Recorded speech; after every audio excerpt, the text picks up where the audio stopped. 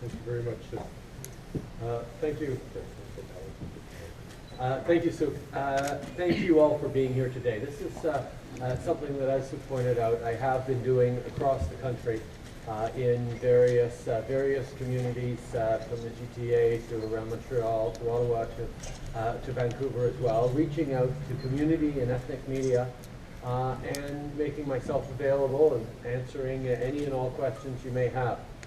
The fact is, in a world where media is struggling, specifically big media, print media, your newspapers, publications, and television over internet and elsewhere is actually growing in readership, and it underlines one of the most important parts of community media, which is not as it used to be or as it was in the beginning, primarily about telling the stories from home to people here in Canada.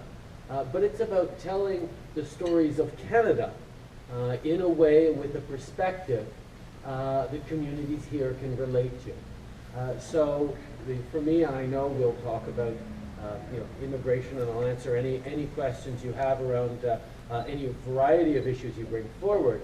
But for me, a big part of it will be also talking about the issues that matter to all Canadians, whether it's how our small businesses are doing, or the tax policy that Mr. Harper's bringing forward that favors the wealthier Canadians rather than the people who need help, or looking at issues around security and many of the other issues facing us today. These are the kinds of conversations that need to be had.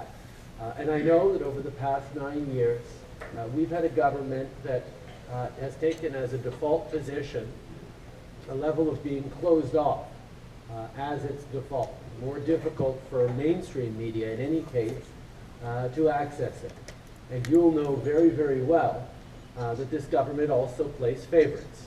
Will respond very favorably to a newspaper that puts a nice editorial or a good picture of the Prime Minister on its cover, and will respond with advertising dollars and support. And anyone who's critical will get an angry phone call. And I know many of you have gone through this. And I don't believe that that's the way media should be functioning with its government. A free press is a cornerstone of democracy, and we only need to look at what's happening in other countries around the world. Most recently, we're seeing what's happening with Mohamed Fahmy in Egypt, which is disconcerting, and is a cause that I've taken up. But your freedom to ask important questions should be unlimited, and it should be up to politicians to be able to answer them adequately. And I know there are some uncomfortable questions that I'll wish you didn't ask, but that is par for the course, because Canadians have those questions as well. And the one thing that I've seen, and I'll wrap up with this before we turn over to any and all of your questions, is that Canadians feel like there is no room for their participation or involvement in this government and in our democracy. All too often, members of Parliament become spokespeople for the Prime Minister rather than spokespeople for their communities to the Prime Minister. And what we see is ordinary Canadians get excluded from being able to talk to, listen to, access their leadership and the Prime Minister. Every event he holds is open only to Conservative members. He's not the Prime Minister of the Conservative Party of Canada. He's the Prime Minister for all Canadians. And I know that over the past years, I have demonstrated the level of openness and engagement across not just the South Asian community, but all communities across this country. And I pledge to you that I will continue to be so if I earn the right to be Prime Minister.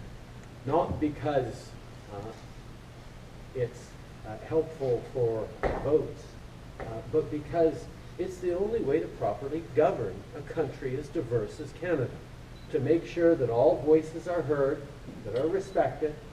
May not always agree on everything, certainly hope we don't, because it'd be very boring if we did.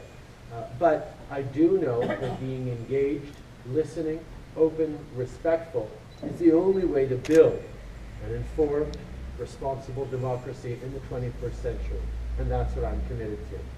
So I'm very proud to be here today with my friends Harj, Suk, and Jati, and know that they will be, as Suk was before, very strong members, not just for their constituents and their ridings, but for the wide range of voices and perspectives that we recognize all across the country, across the South Asian community. So I thank you very much for being here, and I look forward to opening it up for questions. Mr. Trudeau, I want to ask, so